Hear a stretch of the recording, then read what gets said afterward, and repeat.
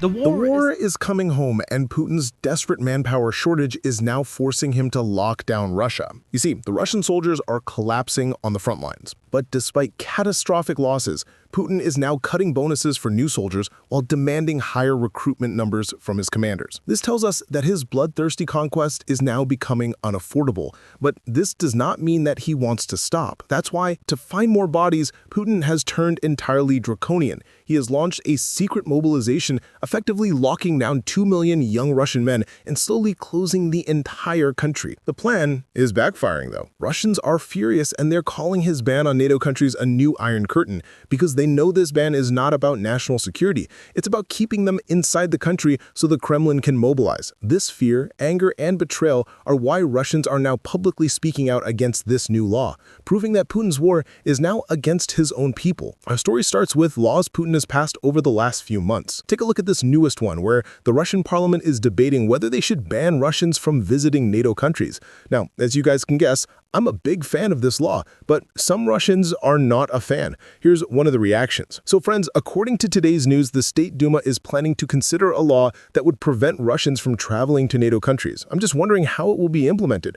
I want to go to Italy or Montenegro. It also belongs to NATO. And what? I mean, I won't be able to. Can I fly to Istanbul? But I can't go. Where can I fly? Based on this law, I will not be able to fly anywhere. And what remains?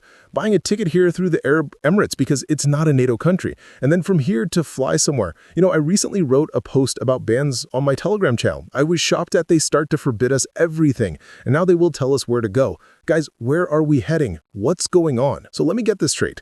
These Russians have no issue with Putin invading a sovereign country, killing Ukrainians, or even sending drones in NATO countries, but they do have an issue when Putin tries to ban them from visiting these NATO countries. According to these people, the West is evil until their vacation in Milan gets canceled. But I'm getting off topic. This is not the important part of the story. Sure, some Russians are angry, but what's new over there? The important story is, why is Putin passing this law, and why is he doing it now? Why not do this in 2022, 2023, 2024? Well, to understand this, we have to look back to September 2022, just months after the invasion, when Putin realized that his 3-day special military operation was not going to end in 3 days. That meant he needed more Russian men to throw at the front lines so he can finally fulfill his dream of rebuilding the Soviet Union. That's why in September of 2022, Putin made one of the most disastrous decisions he has ever made. He announced a nationwide partial mobilization.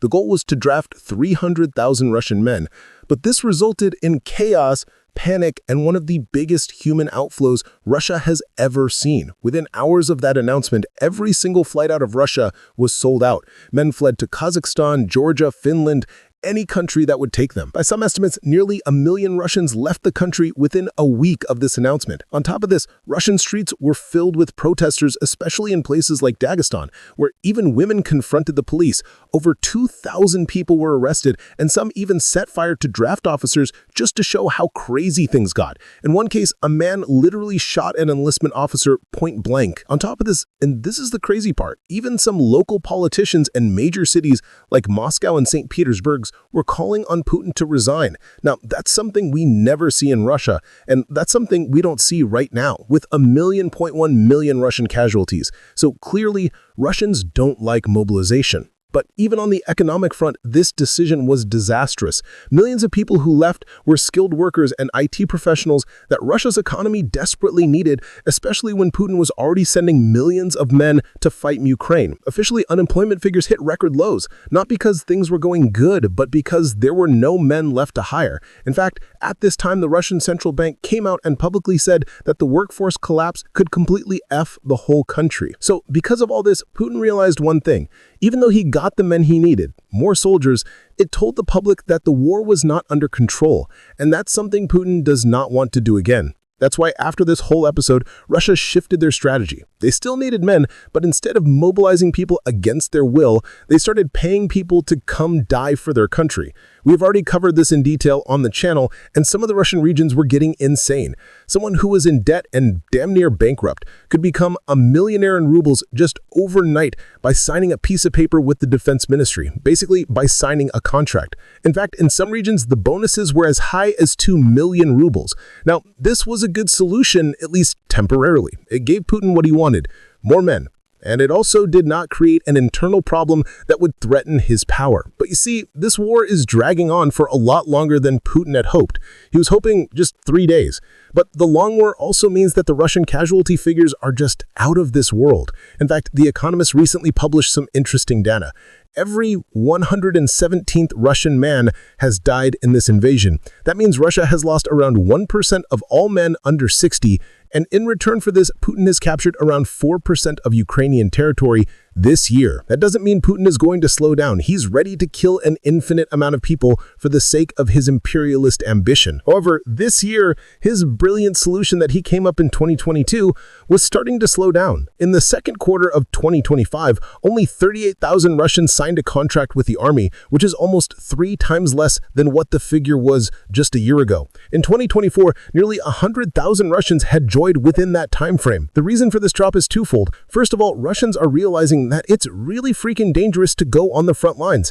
All these Russians are coming from these far-flung villages where every single day they're seeing casualty numbers just pile up. And on top of that, all the while, Russians are realizing the true risk of this operation. The bonus they're getting for taking on that risk is also going down. That's because Russia is running out of money. We have already covered why, and I'm sure all of you guys know why.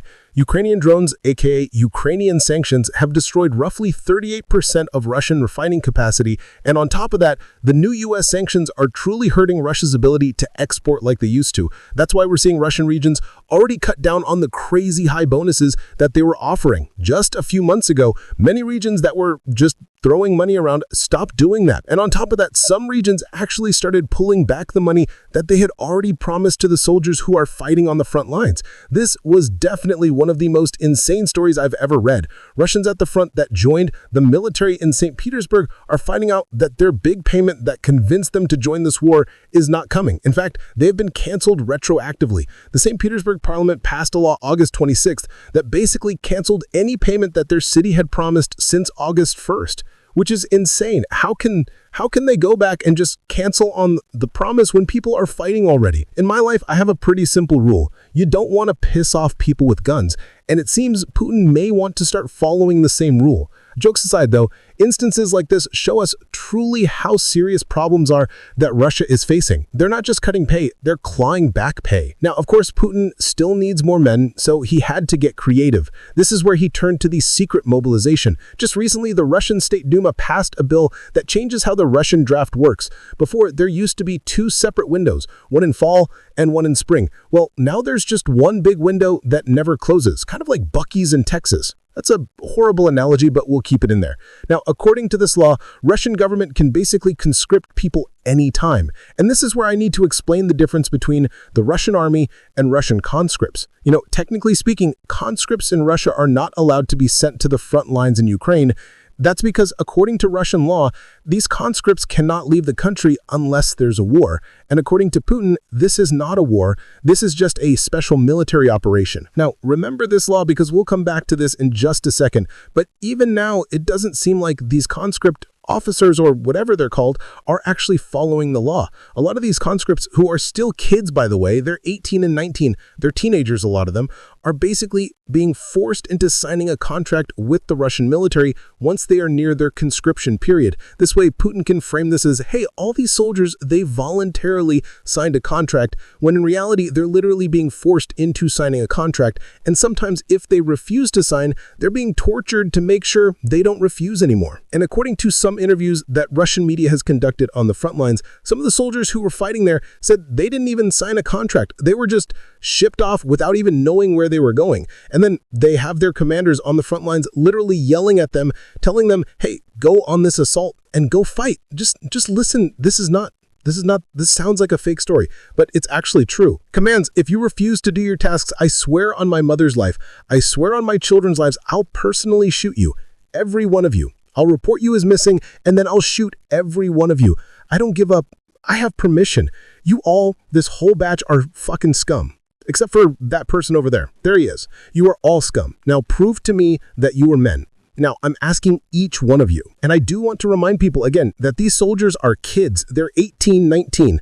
Teenagers, a lot of them. And this is something Ukrainian soldiers have talked about, how as this war drags on, the Russian soldiers are getting younger and younger. And that's why we're seeing a lot of people in Russia who have been called up in this recent mobilization that Putin is carrying out. They're just fleeing the country. Here we have an example of a 21-year-old who ran to freedom. Now, of course, Putin cannot afford this. He can't have his cannon fodder just run away. So he's having his police raid gyms and raid restaurants and raid nightclubs and basically arrest people and forcefully send them to the conscription grounds. In fact, human rights groups in Russia have reported that the Russian authorities are now using cameras at public spaces like metro station and traffic stops to identify men who have been called up for conscription and then arresting them from wherever they are. Now, this is where I do want to come back to that law that we talked about just a little bit ago. The law that says basically that conscripted men in Russia cannot be sent to the front lines. Well, according to that law, they cannot be sent to the front lines unless it's a war. Well, guess what? There's a law change happening in Russia as we speak. This new change would basically give Putin the ability to deploy these 2 million reservists that Russia has into Ukraine without